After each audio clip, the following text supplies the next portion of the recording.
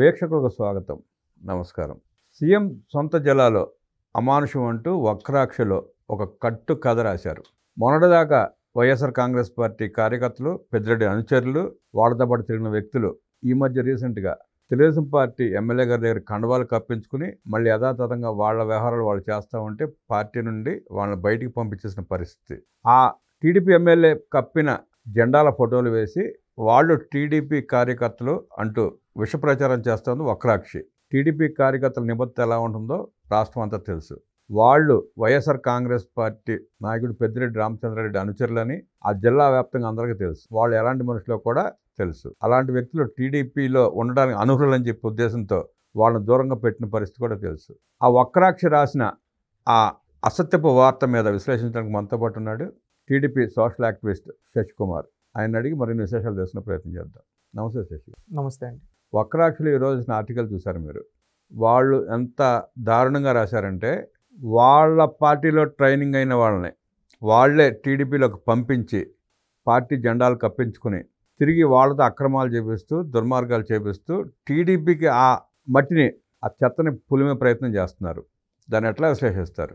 ఒకటండి, ఈరోజు చూసిన తర్వాత సాక్షిలో ఉండేవాళ్ళు మనస్సాక్షితో పనిచేస్తున్నారా లేదా మనస్సాక్షిని చంపుకొని పనిచేస్తున్నారా, వాళ్ళ కడుపుకు అన్నం తింటా ఉన్నారా అని సూటిగా అడుగుతూ ఉన్నాం. ఎందుకంటే సాక్షిలో అందరూ అంటుంటారు డేట్ తప్ప ఇంకేది కరెక్ట్ ఉండదని. అది వాస్తవం. డేట్ తప్ప దాంట్లో ఇంకేం కరెక్ట్ ఉండదు, అన్నీ అవాస్తవాలే. ఈరోజు సాక్షి ఓనర్ కంటే బుద్ధి లేదు. మీకేమైంది? ఆ రాసే జర్నలిస్టులకు ఏమైంది? వక్రీకరించేంటి రాసేది? జర్నలిజం విలువ తెలుసా మీకు? జర్నలిజం అంటే ఏంటి? సమాజంలో ఎక్కడైనా తప్పు జరిగితే ఎత్తి చూపించాలి, సమాజాన్ని ఒక మంచి మార్గంలో నడిపియాలి, జరిగింది జరిగినట్టుగా ప్రజలకు వాస్తవాలు చెప్పాల్సిన బాధ్యత జర్నలిస్టుల పైన ఉంది. మీరు జర్నలిస్టులా ఎర్నలిస్టులు అంటే డబ్బుల కోసం కకృతపడి వాళ్ళు ఏది చెబితే అది వాళ్ళకి చాకరీ చేసే వాళ్ళని సూటిగా అడుగుతూ ఉన్నాం. ఎందుకంటే ఆ కథను నిన్న పోలీసు వాళ్ళు స్టేట్మెంట్ ఇవ్వడం జరిగింది. అంతకుముందు తెలుగుదేశం పార్టీ ఫ్యాక్ట్ చెక్లో క్లారిటీగా చెప్పడం జరిగింది. ఏం జరిగింది? వాళ్ళు నిస్వార్థంగా చెప్పారు. ఏమంటే తెలుగుదేశం పార్టీ ఒకటే చెప్పింది. ఏమని?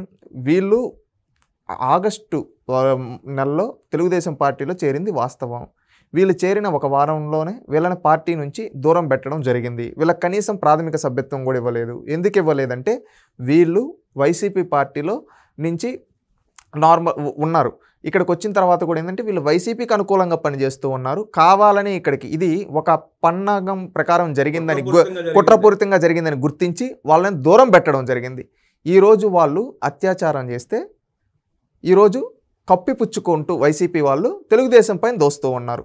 ఒకటి ఆలోచించండి, తెలుగుదేశం పార్టీ డిఎన్ఏ ఏంటంటే ఎప్పుడు కానీ తెలుగుదేశం పార్టీ కార్యకర్తలు, నాయకులు వీళ్ళు ఎలా ఉంటారంటే ఎప్పుడు ఒక డిసిప్లైన్తో ఉంటారు. తెలుగుదేశం పార్టీ ఏంటి? క్రమశిక్షణ గల పార్టీ. తెలుగుదేశం పార్టీ ఎప్పుడైనా కానీ కార్యకర్తలకు ఏం చెప్తుంది? నీతిగా ఉండండి, నిజాయితీగా ఉండండి, ప్రజలకు సేవ చేయండి అని మాత్రం తెలుగుదేశం పార్టీ ఎల్లప్పుడూ చెప్తుంటుంది. చంద్రబాబు నాయుడు గారు కూడా ప్రతి వేదికలో ఎప్పుడు కార్యకర్తలను కలిసినా మనం డిసిప్లైన్గా ఉండాలి, మనం ఒక పార్టీకి మంచి పేరు తీసుకొని వచ్చే విధంగా పనిచేయాలి, మనం చేస్తున్న మంచిని చెప్పాలి, 10 మందికి ఉపయోగపడే విధంగా ఉండాలని చెప్తుంది తెలుగుదేశం పార్టీ సిద్ధాంతం కూడా ఎప్పుడు కానీ.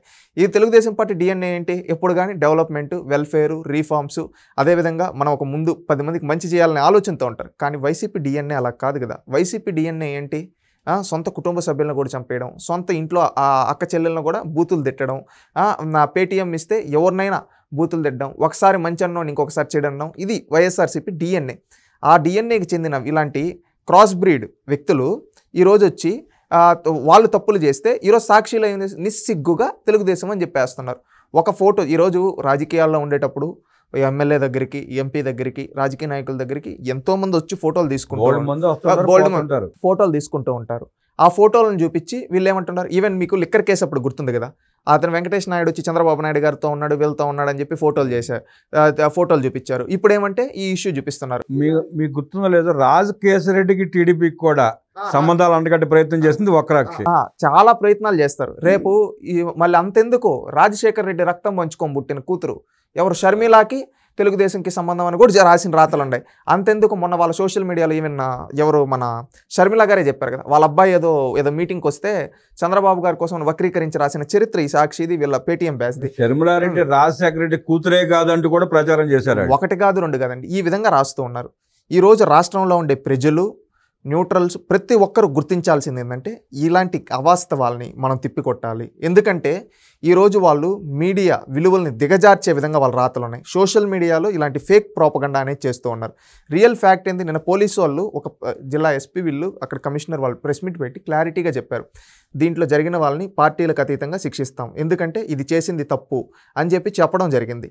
ఇది తీరా లోతుగా వెళ్తే తెలుగుదేశం పార్టీ వాళ్ళు కూడా ఎక్కడన్నా తప్పు ఏమైనా జరిగిందని విచారణ చేసుకుంటే వాళ్ళ వైసీపీ వాళ్ళు అది క్లారిటీగా బయట పెట్టారు. కానీ వీళ్ళు నిస్సిగ్గుగా ఒక ఫోటో పెట్టుకొని రాస్తున్నారంటే వీళ్ళ బ్రతుకులు ఎలా ఉన్నాయి చూడండి. అంటే మొన్న వీళ్ళ చరిత్ర అంతా మీరు ఒక్కసారి గుర్తుంచుకోవాల్సింది ఏంటంటే అండి, గతంలో డోర్ డెలివరీ చేసిన అనంతబాబుని ఇంకా వాళ్ళ పార్టీ నుంచి సస్పెండ్ చేయకుండా జగన్మోహన్ రెడ్డి కలుస్తూ జగన్మోహన్ రెడ్డి పక్కలో కూర్చోబెట్టుకుంటాడు. అదేవిధంగా హత్యలు చేసిన వాళ్ళని, మానభంగాలు చేసిన వాళ్ళని, అదేవిధంగా బట్టలు ఇప్పుకొని తిరిగిన ఎవరు మన గోరెంట్ల మాధవ్ లాంటి వాళ్ళని ఇప్పటికీ జగన్మోహన్ రెడ్డి ప్రోత్సహిస్తూ తన పక్కన పెట్టుకో అన్నాడు. అంటే అది చూసి ఈ పిల్ల సైకోలు కూడా ఏమనుకో ఉంటారు, మనం కూడా ఇలా చేస్తే జగనన్న గుర్తిస్తాడేమో అని చెప్పి అనుకొని ఈ విధంగా చేశారు. అలాంటి సైకోల్ని ఈరోజు తెలుగుదేశం పార్టీ ముద్ర వేయాలనుకుంటున్నారు. ఇది ప్రతి ఒక్కరు గుర్తించాల్సింది ఏంటంటే అండి, గతంలో వైసీపీ అధికారంలో ఉండేటప్పుడు ఒక ప్రోపగండా చేసేది, మీకు గుర్తుందో లేదు. అతను ఎవరో ఒక తెలుగుదేశం పార్టీ జెండా వేసుకొని ఆ తెలుగుదేశం పార్టీ వ్యక్తిలాగా మాట్లాడుతూ ఆ వీడియోలు తీసి తెలుగుదేశం పార్టీ వాళ్ళు ఈ విధంగా అనుకుంటూ ఉన్నారని చెప్పి ఆ సోషల్ మీడియాలో ప్రోపగండా చేశారు. సంథింగ్ అతను మన్విత్ రెడ్డో ఏదో సంథింగ్. మళ్ళీ 2 రోజుల క్రితము అనిత గారు కూడా శాసనసభలో మాట్లాడడం జరిగింది. కొంతమంది వాళ్ళ వెనకాల పేర్లని మార్చుకొని కొన్ని క్యాస్ట్లతో ఈ విధంగా ప్రోపగండా చేస్తూ ఉన్నారు. ఇప్పుడు ఇది థర్డ్ స్టేజ్. ఫస్ట్ స్టేజ్ ఏంటి, తెలుగుదేశం పార్టీ జెండాలు వేసుకున్నట్టు తప్పుడు మాటలు మాట్లాడిచ్చేది, అవి బయటకు వదిలేది. కానీ ఆ పర్సన్ ఎవరు, వైసీపీ పర్సన్, కానీ బయటికి సోషల్ మీడియాలో ఇతను తెలుగుదేశం వాళ్ళు మాట్లాడుతున్నారంటే అటు ఒక ప్రోపగండా. మళ్ళీ తెలుగుదేశం పార్టీ హ్యాండిల్స్లో ఇవి అంటే ఒక ఫేస్ మార్ఫింగ్ ఇవి అవి టైప్లో ఒక టైప్ ఆఫ్ స్టేజ్. రెండో స్టేజ్ ఏంటి, సోషల్ మీడియా హ్యాండిల్స్ పెట్టుకోవడం, దాంట్లో తెలుగుదేశం పార్టీ పేరు వెనకాల యాడ్ చేసుకోవడం, లేదా ఒక కమ్యూనిటీ పేర్లు యాడ్ చేసుకొని ఈ విధంగా విషయం చెప్పడం ఒక సెట్.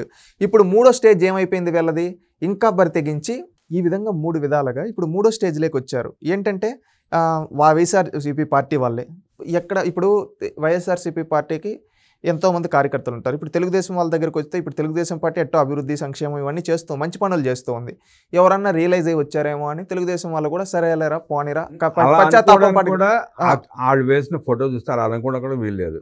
ఎవడో ఒక టీడీపీ కండువా మెడలేసుకొచ్చాడు, ఎమ్మెల్యే గారి దగ్గర ఫోటో దిగాడు. ఈ మీరు చెప్పే స్టేజ్ థర్డ్ స్టేజ్. వీళ్ళు ఏం చేస్తున్నారు, ఈ విధంగా ఇప్పుడు ఒకవేళ అభివృద్ధి జరుగుతుందని చెప్పి కొంతమంది వచ్చి వాళ్ళే జెండాలు వేసుకుంటారు, ఎమ్మెల్యే పక్కన వస్తారు. ఎమ్మెల్యే గారు అంటే ఇప్పుడు నియోజకవర్గంలో 2 లక్షల మంది వరకు ఉంటారు. ఖచ్చితంగా వచ్చిన వాళ్ళని ఎవరిని కాదనరు. అంటే ఇప్పుడు ప్రజా ప్రభుత్వం ఇది, ప్రజలందరూ ఎవరు వచ్చినా కాదు, ఆ విధంగా వచ్చి ఫోటో తీసుకుంటారు. ఆ ఫోటో వాళ్ళ వైఎస్ఆర్సీపీ వాళ్ళకి ఇచ్చేస్తారు, బోకు పనులన్నీ చేస్తారు. మళ్ళీ వీళ్ళు బోకు పనులు చేసి దొరికిపోయిన తర్వాత తెలుగుదేశం వాళ్ళని వాళ్ళ సోషల్ మీడియా వాళ్ళు వీళ్ళు ఏముంది ఎట్టయితే ఉంది లేరా పార్టీకి మేలు జరిగింది కదా అంటారు. ఇప్పుడు కోడికత్తి సీను డ్రామా గుర్తుంది కదా, జగన్ అభిమాని గుర్చేశాడు, తీరా ఏం చేశాడు, లోపల పెట్టాడు. అసలు సాక్ష్యం చెప్పేదానికి ఈ రోజు కూడా జగన్మోహన్ రెడ్డి రాడు. కానీ వాళ్ళకి అది ఎన్నికల్లో ఎంత యూజ్ అయింది. ఇప్పుడు వివేకానంద రెడ్డి ఇష్యూ అంటే వీళ్ళు ఈ type of strategies criminal mind సెట్తో వెళ్తూ ఉన్నారు. ఇది ప్రజలందరూ కూడా గుర్తించి ఇలాంటి చేసే అప్పుడు వైసీపీ పార్టీని భూస్థాపితం చేయాలని కోరుకుంటున్నాను. ఎందుకంటే రాజకీయాల్లో ఇలాంటి పార్టీ ఉండేదానికి అర్హత లేదండి. ఎందుకంటే రాజకీయాలు అనేది ప్రజల మంచి కోసం ఉపయోగించాలి, డెవలప్మెంట్ కోసం, వెల్ఫేర్ కోసం ఉపయోగించాలి. కానీ వీళ్ళు ఏం చేస్తున్నారు, ఈరోజు కుట్రపతి అధికారం అనే అధికార దాహం కోసం దిగజారుడు పనులు. ఈరోజు అత్యాచారాలు చేసేది వైసీపీ వాళ్ళు, దొంగతనాలు చేసేది వైసీపీ వాళ్ళు, స్కాములు చేసేది వైసీపీ వాళ్ళు, అదేవిధంగా రాష్ట్రంలో శాంతి భద్రతలను దెబ్బతీసేది వైసీపీ వాళ్ళు. వీళ్ళే వెళ్తూ వీళ్ళకి వీళ్ళే గుచ్చుకొని మా పైన హత్యా ప్రయత్నాలు జరిగిపోతున్నాయని డ్రామాలు ఆడేది వీళ్ళు. వాళ్ళ ఇంట్లో వాళ్ళని వాళ్ళే చంపుకొని పక్కన వాళ్ళు చంపేశారని చెప్పి డ్రామాలు ఆడేది వైసీపీ వాళ్ళు. వాళ్ళ ఇంట్లో అక్క చెల్లెలను వాళ్ళే తిడతారు, మళ్ళీ వాళ్ళు వచ్చి బయటకంటే అది తెలుగుదేశం పార్టీ కుట్ర అని చెప్పి చెప్తారు. అంటే వీళ్ళ క్రిమినల్ మైండ్ సెట్ ఇవన్నీ గత 10 ఏళ్లుగా చూస్తూ ఉంటే వీళ్ళ క్రిమినల్ మైండ్ సెట్ ఉంది. ఇలాంటి పార్టీ రాజకీయాల్లో ఉండడానికి అర్హత లేదు. ఇది ప్రజలందరూ గుర్తించాలి, యువత గుర్తించాలి. మొన్న ఏదో కంపెనీలు వస్తూ ఉంటే ఎసెంచర్ కంపెనీ ఇది 10,000 ఉద్యోగాలు ఇక్కడ వైజాగ్లో పెడతామంటే ఈ వైసీపీ వాళ్ళు ఏం చేశారు, దానికి మెయిల్స్ రాసి మీరు ఆంధ్రాలో పెట్టద్దండి అని చెప్పి రాస్తున్నారు. నువ్వు పొట్టగొట్టే తెలుగుదేశం పార్టీది కాదు, గుర్తుపెట్టుకో. నువ్వు ఆంధ్ర రాష్ట్ర యువత పొట్టగొడుతున్నావు. ఈరోజు వైసీపీ సానుభూతి పరులు ఒకటి గుర్తుంచుకోవాలి, వైసీపీలో కూడా బిలో మిడిల్ క్లాస్ వాళ్ళు ఉంటారండి. ఉద్యోగాల కోసం చూసే వాళ్ళు ఉంటారు. మొన్న డిఎస్సి నోటిఫికేషన్ ఇచ్చారు, 16,000 పోస్టులు ఇచ్చారు. దాంట్లో వైసీపీ వాళ్ళకి వచ్చాయి, టీడీపీ వాళ్ళకి వచ్చాయి, జనసేన వాళ్ళకి వచ్చి ఉంటాయి, అందరికీ వచ్చాయి. అంటే పార్టీలతో సంబంధం లేకుండా వాళ్ళ మెరిట్ బేసిస్ మీద వచ్చాయి. అవునా కదా. నాకు తెలిసిన వ్యక్తులే నెల్లూరు జిల్లాకు సంబంధించిన రెడ్డి సామాజిక వర్గానికి సంబంధించిన వైసీపీ పార్టీకి సంబంధించిన నాకు ఆయన ఇంటర్మీడియట్లో ఫిజిక్స్ టీచర్, ఆయనకు కూడా వచ్చింది. ఆయన ఒకే మాట అన్నాడు. ఏమన్నాడు తెలుసా? శశి నిజంగా చాలా గర్వంగా ఉంది. మేము 5 ఏళ్ళు ట్రై చేసాం రాలేదు. కానీ ఈ గవర్నమెంట్ వచ్చింది. మేము ఇవ్వరేమో అనుకున్నాము. ఆ లాస్ట్ టైంలా చేస్తాం కానీ ఇచ్చారు. మేము చాలా ప్రౌడ్‌గా ఫీల్ అవుతున్నాం. అంటే వైసీపీ వాళ్ళకి కూడా తెలుగుదేశం పార్టీ ఇచ్చింది. అంటే మెరిట్ బేసిస్ మీద ఇచ్చింది. ఇది పార్టీలు చూడలేదు. ఇది గొప్పతనం. ఈరోజు ఎసెంచర్ ఒక 10,000 ఉద్యోగాలు, టీసీఎస్ ఒక 10,000 ఉద్యోగాలు, కాగ్నిజెంట్ ఒక 10,000 ఉద్యోగాలు. ఈ విధంగా వస్తే ఎవరికి ఉద్యోగాలు వచ్చేది? అన్ని పార్టీ వాళ్ళకి వస్తాయి. ఇప్పుడు వాళ్ళు మెయిల్స్ రాస్తున్నారు కదా, వచ్చే కంపెనీలకు రావద్దని చెప్పి విషప్రచారం చేస్తున్నారు. ఆ విషయాన్ని ప్రజలు కూడా స్పష్టంగా తెలియజేయాల్సిన అవసరం ప్రభుత్వానికి ఉంది, పార్టీ పరంగా టీడీపీకి జనసేనకు కూడా ఉంది. ఎస్ అండి, అందుకే మేము బాధ్యతగా చెప్తూ ఉన్నాం. ఇదంతా ప్రజలు గుర్తించుకోవాలి. ఎందుకంటే కక్ష అంటే నీకు పార్టీగా చూసుకో, కంపెనీల పైన ఎందుకు చూపిస్తావు? ఈరోజు కంపెనీల పైన ఎందుకు? ఈరోజు చంద్రబాబు నాయుడు గారు ఆ రోజు హైటెక్ సిటీ అని కట్టారు, సైబరాబాద్ అని నిర్మించారు, మైక్రోసాఫ్ట్ని తీసుకొని వచ్చారు, ఎన్నో కంపెనీలు తీసుకొని వచ్చారు. ఆ తర్వాత వచ్చిన రాజశేఖర్ రెడ్డి కానీ, రోసే కానీ, కిరణ్ కుమార్ రెడ్డి కానీ, కేసీఆర్ కానీ, నేడు రేవంత్ రెడ్డి కానీ ఎవరు దాన్ని టచ్ చేయలే. ఏంటంటే అందువల్ల ఆ రోజు టచ్ చేయలేదు కాబట్టి ఈరోజు అది మహానగరం అయింది. ఎంతోమందికి ఐటీ ఉద్యోగం అంటే నేను హైదరాబాద్కి పోతే నాకు ఉద్యోగం వస్తుందనే ఒక నమ్మకాన్ని కలిగించింది. లక్షల మందికి ఉపాధి కలుగుతుంది. ఈరోజు ఆ రోజు వచ్చిన తర్వాత రాజశేఖర్ రెడ్డి మైక్రోసాఫ్ట్ని తరిమేసి ఆ సైబర్ సిటీని కూల్చేసి ఆ మెట్రోని ముందుకు తీసుకొని పోకుండా ఈ విధంగా చేస్తుంటే హైదరాబాద్ డెవలప్ అయి ఉంటుంది. అయి ఉండదు కదా. కానీ హుందాతనమైన రాజకీయం చేయండి, అంతేగాని వ్యక్తిగత కక్షతో కంపెనీలని కొడితే రాష్ట్రంలో యువత నాశనం అయిపోతారు, యువత పొట్టగొడతారు. మీరు గుర్తుపెట్టుకోండి, రేపు ఎసెంచర్ వస్తే దాంట్లో అన్ని పార్టీల వాళ్ళకు ఉద్యోగాలు వస్తాయి. ఈరోజు వైఎస్ఆర్సీపీలో కూడా సాధారణ రైతు కుటుంబాలు ఉంటాయి. సాధారణ కుటుంబాలు కష్టపడి రాత్రనక పగలనక బిడ్డలను చదివిపించే వాళ్ళు ఉంటారు. వాళ్ళు చదివిపించిన తర్వాత వాళ్ళ బిడ్డలకు ఉద్యోగాల కోసం అనుకుంటారు. అలాంటి వాళ్ళకి ఉద్యోగం మంచి కంపెనీలు, చంద్రబాబు నాయుడు తీసుకొని వచ్చిన కంపెనీ అయినా అక్కడ ఉద్యోగం వస్తే వాళ్ళ కుటుంబం బాగుపడుతుంది. ఇప్పుడు మన ఫైనల్గా ఏంటి? ఏ పార్టీలో ఉన్న ప్రజలకు మంచి జరగాలి. అలా మంచి జరుగుతూ ఉంటే ఆ మంచిని జరగనీయకుండా అడ్డుకునే ఇలాంటి మారీచుల్ని తరింగొట్టాలి రాష్ట్రం నుంచి అని పిలుపునిస్తూ ఉన్నామండి. రాష్ట్రంలో ఉండే ప్రతి ఒక్క యువత గుర్తుపెట్టుకోండి, మీ పొట్టగొట్టే ఈ వైసీపీ పార్టీని భూస్థాపితం చేస్తేనే రాష్ట్రం బాగుంటుంది. ఈరోజు రాష్ట్రంలో, దేశంలో ఎక్కడైనా కానీ పార్టీలు శాశ్వతం కాదు, వ్యవస్థ శాశ్వతం. వచ్చిన కంపెనీలో జరుగుతున్న అభివృద్ధి శాశ్వతం. రేపటి తరాలకు మనం మంచిని అందించాలి, అది గుర్తుపెట్టుకోవాలని పిలుపునిస్తూ ఉన్నామండి. ఒక యువకుడిగా ఈ వైసీపీ పార్టీ చేసే అరాచకాలను ఎప్పటికప్పుడు బయట పెడుతూ ప్రజలను చైతన్యవంతం చేయడానికి మేము పూనుకుంటూ ఉన్నాం. అదేవిధంగా ప్రతి ఒక్కరూ నా బాధ్యత అనుకోండి. ఎందుకంటే ఈరోజు ఎసెంచర్కి లేఖ రాశాడు, రేపు గూగుల్కి రాస్తాడు, రేపు కాగ్నిజెంట్, టీసీఎస్కి ఈ విధంగా రాసి రాష్ట్రానికి ఒక నాయకుడేమో పరిశ్రమలు రాత్రనక పగలనక 75 ఏళ్ల వయసులో కూడా 18 గంటలు పనిచేస్తూ కంపెనీలను తీసుకొని రావాలి, నా రాష్ట్రంలో ఉండే యువతకు ఉద్యోగాలు కల్పించాలి, రాష్ట్రాన్ని ఒక క్లస్టర్గా డివైడ్ చేసి అన్ని రంగాల్లో నా రాష్ట్రాన్ని నెంబర్ 1గా ఉంచాలని ఒక లక్ష్యాలు పెట్టుకొని పనిచేస్తుంటే ఒక పక్కేమో వీళ్ళు రాక్షసుల మాదిరిగా ఈ కంపెనీ వద్దు, ఆ కంపెనీ అని ఈయన తీసుకొని వస్తూ ఉంటే వాళ్ళకి వీళ్ళు మెయిల్స్ రాస్తూ భయపెడుతూ ఆ కంపెనీ వాళ్ళని రాష్ట్రానికి రానికుండా చేస్తూ ఉన్నారు. ఇక్కడ చంద్రబాబు నాయుడు గారు తీసుకొని వస్తే ఫైనల్గా మేలు జరిగేది సామాన్య ప్రజలకే, రాకుండా అడ్డుకున్నా కూడా నష్టపోయేది సామాన్య ప్రజలే. అది గుర్తుపెట్టుకొని ప్రతి ఒక్క సామాన్యుడు, ప్రతి ఒక్క చదువుకునే యువత ఈ వైసీపీ పార్టీని భూస్థాపితం చేయాలని పిలుపునిస్తూ ఉన్నామండి. ఎయిర్ బస్ లాంటి సంస్థను రాష్ట్రానికి తీసుకొచ్చే ప్రయత్నం చేస్తున్న నారా లోకేష్ ప్రయత్నాన్ని గండుకొట్టే ప్రయత్నం చేస్తూ ఎర్ర బస్సు సన్నాసులు వక్రాక్షని అడ్డం పెట్టుకుని వక్రాక్షలో వికృత రాతలు రాస్తున్న వాళ్ళని చెప్పుతో కొట్టాలంటూ విశ్లేషించిన శశికుమార్కి అభినందనలు తెలియజేస్తూ నమస్కారం.